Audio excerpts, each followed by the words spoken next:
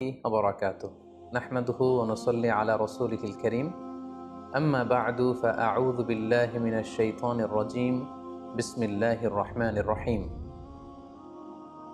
রাসেল নামে এক ভাই প্রশ্ন করেছেন, শহীদ কারা? ইদানিং অনেকের মৃত্যুর পর তাদেরকে শহীদ বলে আখ্যা দেয়া হয়। ব্যাপারটি কতটুকু সঠিক বলবেন কি? প্রিয় ভাই, রাসেলের উত্তরে আমরা বলতে চাই যে এ পৃথিবীতে আল্লাহর দ্বীনকে বাস্তবায়ন করতে যেয়ে অথবা বিজয়ী করতে যেয়ে কাফেরদের বিরুদ্ধে সশস্ত্র সংগ্রামে যে মুমিন ব্যক্তি নিহত হয় তাকে শহীদ বলে।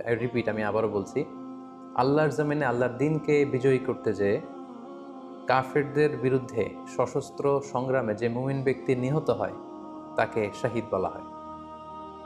সহিহ বুখারীর বর্ণনায় এসছে যে সাহাবারা আল্লাহ রাসূল সাল্লাল্লাহু আলাইহি সাল্লামকে জিজ্ঞেস করেছিলেন যে, হে আল্লাহ রাসূল, কারা আল্লাহর রাস্তায় জিহাদ করছে এটা আমরা কিভাবে বুঝবো?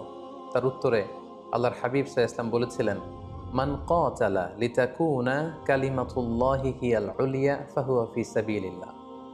যে ব্যক্তি আল্লাহর দ্বীনকে, আল্লাহর বিধানকে কিংবা আল্লাহর আইনকে বাস্তবায়নের জন্য, আল্লাহর দ্বীনকে বিজয়ের জন্য যে সংগ্রাম করে যাচ্ছে সেই আল্লাহর রাস্তায় আছে।